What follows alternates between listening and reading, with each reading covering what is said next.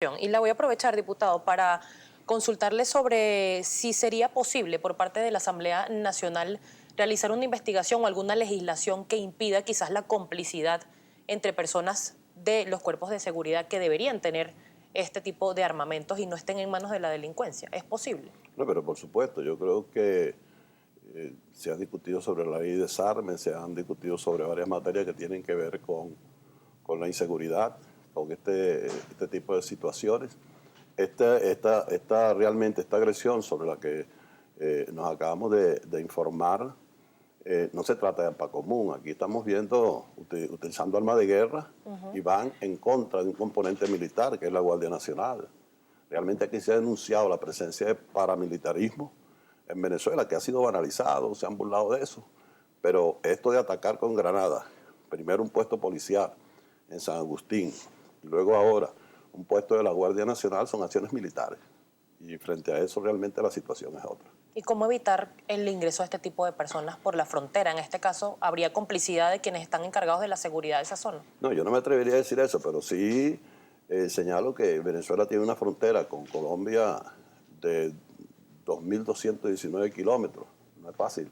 Y ese es un problema que viene de larga data, donde los desactivados durante el gobierno de Uribe como paramilitares degeneraron en bandas de delincuencia y realmente hacen vida en la frontera con Colombia y han penetrado pues en la vida venezolana. Pues ese tipo de delitos y de agresiones no se conocían aquí en Venezuela. Diputado, yo le dejaba al aire una pregunta que era, o cuál era su análisis, en este caso su evaluación, en cuanto a las fallas que hubo en materia de campaña electoral o quizás algún trabajo que no se hizo bien que generó esta derrota del Partido Socialista Unido de Venezuela. ¿Se ha analizado al interno del partido esta situación? Se está analizando y obviamente esperamos que se lleguen a las causas, perdón, desde el punto de vista de nuestras propias fallas y de nuestras propias deficiencias como gobierno, como partido y como organización, por un lado. Y por la otra, pues esta derrota se inscribe en un escenario electoral donde no solamente nosotros nos enfrentamos a la mesa de la unidad democrática, aquí los grandes poderes del mundo se inmiscuyeron en este proceso electoral. Aquí hubo una avanzada de expresidentes, el llamado Club de Madrid, por todo el mundo en contra de Venezuela. Pronunciamientos casi semanales del Departamento de Estado y del Pentágono, no solamente el Departamento de Estado, el Pentágono, el Comando Sur de los Estados Unidos, la Unión Europea, el Partido Popular Español, el propio Rajoy se pronunció en contra de Venezuela, de todo este proceso que se dio. Ningún país del mundo en un proceso electoral ha soportado la injerencia y la arremetida de fuerzas extranjeras como en el caso de Venezuela. Pero entonces hay debilidad en las bases, en el voto duro del chavismo. Bueno, el voto duro está expresado en más de 5 millones de votos, pero es obvio que frente a toda esa arremetida, montar ollas internacionales y nuestra propia deficiencia, que no la ocultamos, pues se dan estos resultados y nuestros electores, en este caso, en un alto número de casi 2 millones, pues sencillamente se abstuvieron, muchos fueron confundidos con una campaña que no se le ha hecho a ningún país del mundo. Esto no es cualquier cosa. Y esto no es que se lo estoy diciendo yo aquí y lo estoy inventando. Eso está aquí en la televisión, eso está en los periódicos y eso está en todos los escenarios mundiales donde la industria cultural internacional se volcó en contra de un país llamado Venezuela. ¿Y se abstuvo el voto, esos 2 millones de votos, por esa confusión o por castigar al gobierno?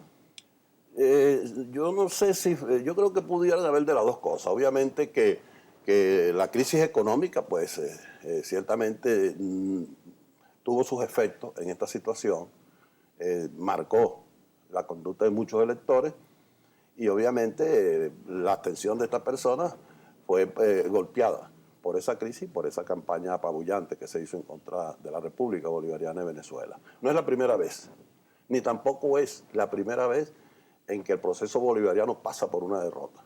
Nosotros hemos sometido a todas las pruebas.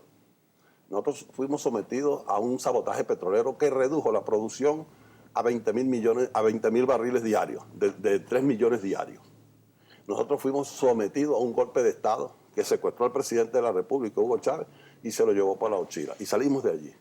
Nosotros perdimos unas elecciones durante la reforma y decretaron que era el fin del chavismo.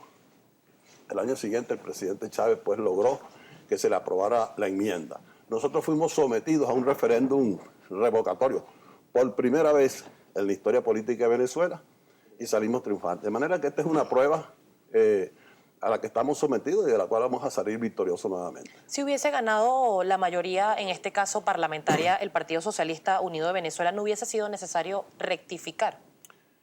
Por supuesto. Yo creo que la revolución, ya lo señaló el presidente, la rectificación es una de las 3 R. Rectificación, reimpulso, que lo planteó el presidente Chávez hace tiempo. Cuando el presidente dijo las 3 R, cuando el presidente dijo, desde la angustia, el presidente Chávez, eficiencia o nada, el presidente Chávez nos estaba enviando un mensaje de rectificación y yo creo que una revolución que no se esté renovando permanentemente, y creo que allí estuvo una de nuestras fallas, ¿no? Hubo burocratismo, hubo amodorramiento, o de gente que pensó que podía estar en el poder y no podían ocurrir otras cosas.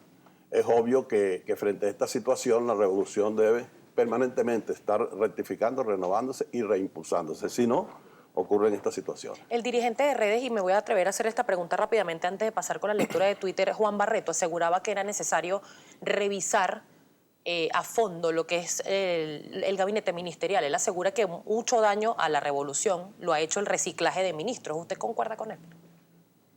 Bueno, el presidente de la República pues le pidió a todo su gabinete que pusieran sus cargos a la orden y así lo hicieron. Y si se pide que se pongan los cargos a la orden es porque realmente se va a remozar, se va a cambiar el gabinete por las razones que sean. Yo soy de los que creo en una de las cuestiones, la puedo decir aquí al aire, que debería separarse el trabajo político del trabajo de los funcionarios del Estado. O sea, no debe ser que un alcalde sea el jefe del partido en el municipio, que un gobernador sea el jefe del partido en el Estado, porque yo a veces tengo una queja del funcionario y voy al partido y me considero que es el mismo alcalde o que es el mismo gobernador. Y yo pienso que eso debe separarse. Y otra cuestión es que nosotros, cuando en la Constitución hubo muchas cosas donde no avanzamos lo que debíamos, en la constituyente, perdón, en el caso de los pueblos indígenas, por ejemplo. Nosotros, el Partido Socialista Unido de Venezuela, por lo menos en el oriente del país, ganó, pero por paliza, en las comunidades indígenas. Pero los votos indígenas son aplastados por el voto nacional. Es correcto. Entonces, ¿qué ocurre? Si hay 800.000 indígenas en el país, frente a 17 millones de personas, entonces vuelven los partidos a imponerle a los pueblos ancestrales quiénes van a ser sus representantes. De no ser así, los resultados hubiesen sido distintos. Pero eso lo digo yo como autocrítica más bien, y no como el lamento después que el ojo está tuerto. Creo que casos como ese nos faltó a nosotros profundizar en la revolución quienes reivindican los derechos de los pueblos indígenas después de 500 años. O quien los reivindica es el presidente Chávez y es la revolución bolivariana en esa constituyente. Y en la constitución donde están expresados. En un capítulo, yo pertenecía a la Comisión de los Pueblos Indígenas.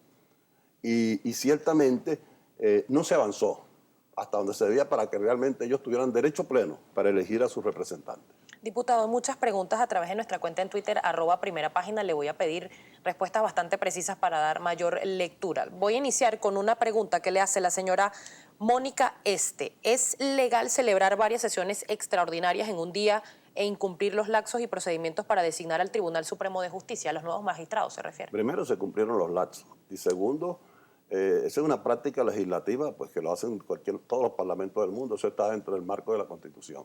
Por acá le pregunta también el señor Luis Miguel, Luis 041987, es su cuenta de Twitter. ¿Por qué luego de 16 años ahora sí aplican la Asamblea Comunal y esta situación económica es consecuencia de su proceso? ¿Qué le contesta el señor Luis Miguel? Mira, los consejos comunales existen desde hace tiempo, existe toda una legislación de lo que es la economía comunal, de cómo se organizan las comunas, y eso ha venido avanzando en nuestro país. Inclusive existe un Ministerio de la Comuna, y el presidente Chávez cuando dijo comuna o nada, se estaba refiriendo a que se debía más bien agilizar el proceso de la participación comunal.